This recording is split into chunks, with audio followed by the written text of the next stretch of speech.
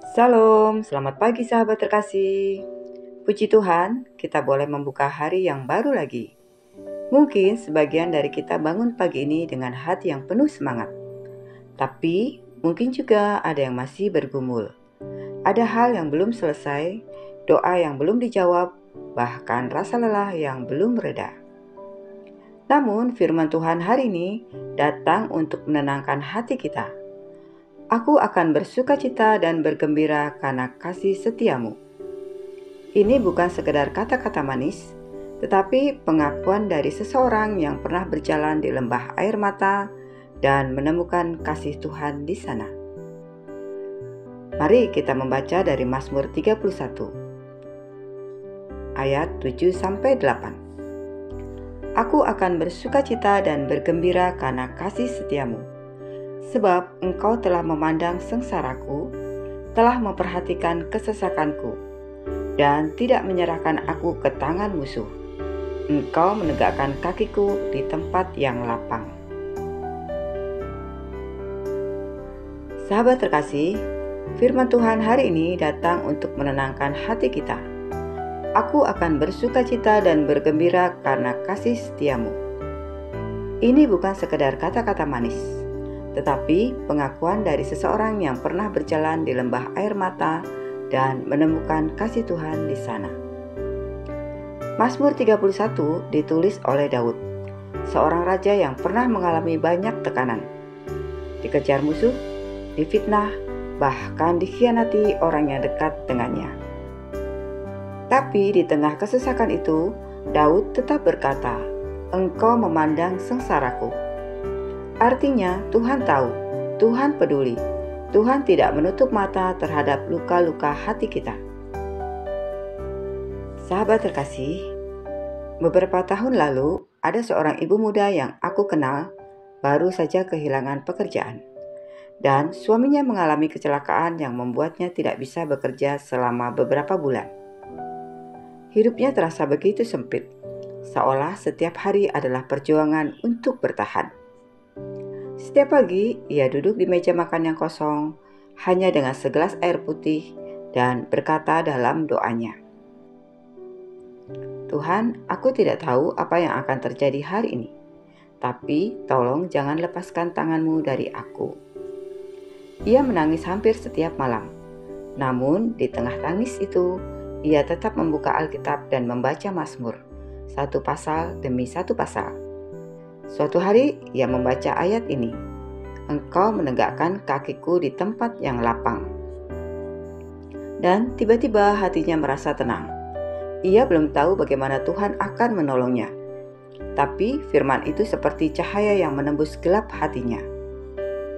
Beberapa minggu kemudian, tetangganya menawarkan pekerjaan paruh waktu yang cukup untuk membantu kebutuhan mereka. Sedikit demi sedikit, keadaan berubah. Tuhan memang tidak langsung mengangkat semua masalahnya, tapi Ia memberi jalan satu langkah demi satu langkah, hingga akhirnya mereka bisa bangkit lagi. Ketika aku menemuinya beberapa tahun setelah itu, ia berkata, "Ternyata Tuhan benar-benar menegakkan kakiku di tempat yang lapang. Dulu aku tidak paham, tapi sekarang aku mengerti. Kesesakan itu bukan akhir, melainkan awal dari perjalanan iman." Sahabat terkasih, mungkin kisah ini terasa begitu dekat dengan apa yang kita alami hari ini. Kita semua pernah berada di titik di mana hidup terasa sempit, seperti tidak ada ruang untuk bernafas.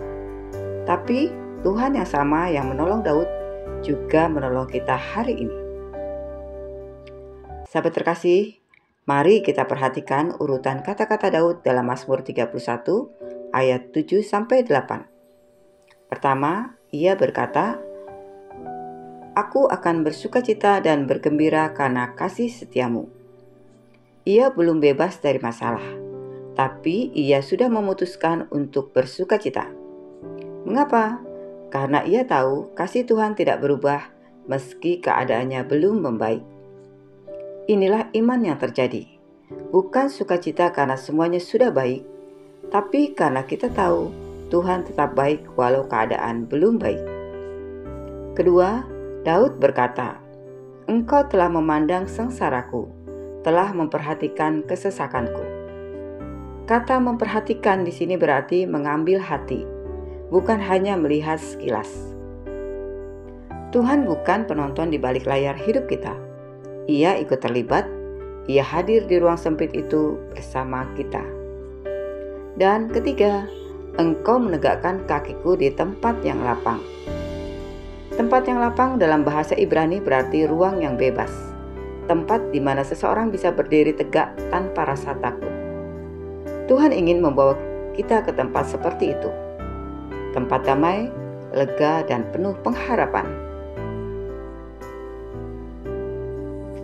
Kadang Tuhan tidak langsung mengubah situasi kita, tapi Ia mengubah hati kita agar mampu berdiri di tengah situasi itu.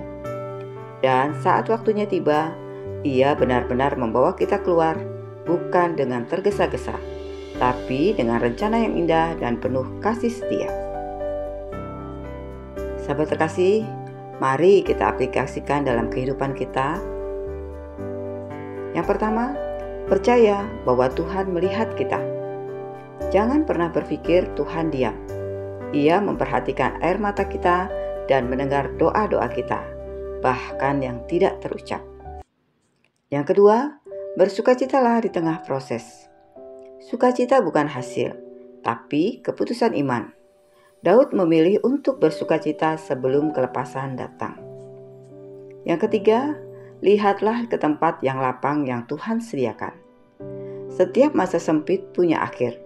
Tuhan sedang menuntun kita menuju ruang baru, pekerjaan baru, pemulihan baru, arah hidup yang baru. Sahabat terkasih, mungkin pagi ini kita masih dalam tekanan, baik masalah keuangan, hubungan, atau kesehatan. Tapi Tuhan ingin kita tahu, Ia sedang bekerja di balik layar. Kita tidak sendirian di tempat yang sempit itu. Dan suatu hari nanti, kita akan berdiri di tempat yang lapang dan berkata seperti Daud, Aku bersukacita karena kasih setiamu. Sahabat terkasih, mari kita tutup dalam doa. Bapa yang penuh kasih, terima kasih untuk firman-Mu pagi ini. Kami percaya Engkau melihat setiap kesesakan kami. Engkau tidak membiarkan kami jatuh, tetapi menegakkan kaki kami di tempat yang lapang. Tolong kami untuk tetap bersukacita, percaya, dan menantikan waktu-Mu yang sempurna. Bawalah kami berjalan dalam damai-Mu hari ini. Dalam nama Tuhan Yesus Kristus, kami berdoa dan mengucap syukur. Amin. Sahabat terkasih, terima kasih sudah bersama-sama merenungkan firman Tuhan pagi ini. Jika firman ini menguatkan hatimu, jangan lupa untuk klik like, komen, share, dan subscribe ya, supaya semakin banyak orang dikuatkan oleh firman Tuhan. Sampai jumpa di renungan pagi berikutnya. Selamat beraktivitas. Tuhan Yesus memberkati.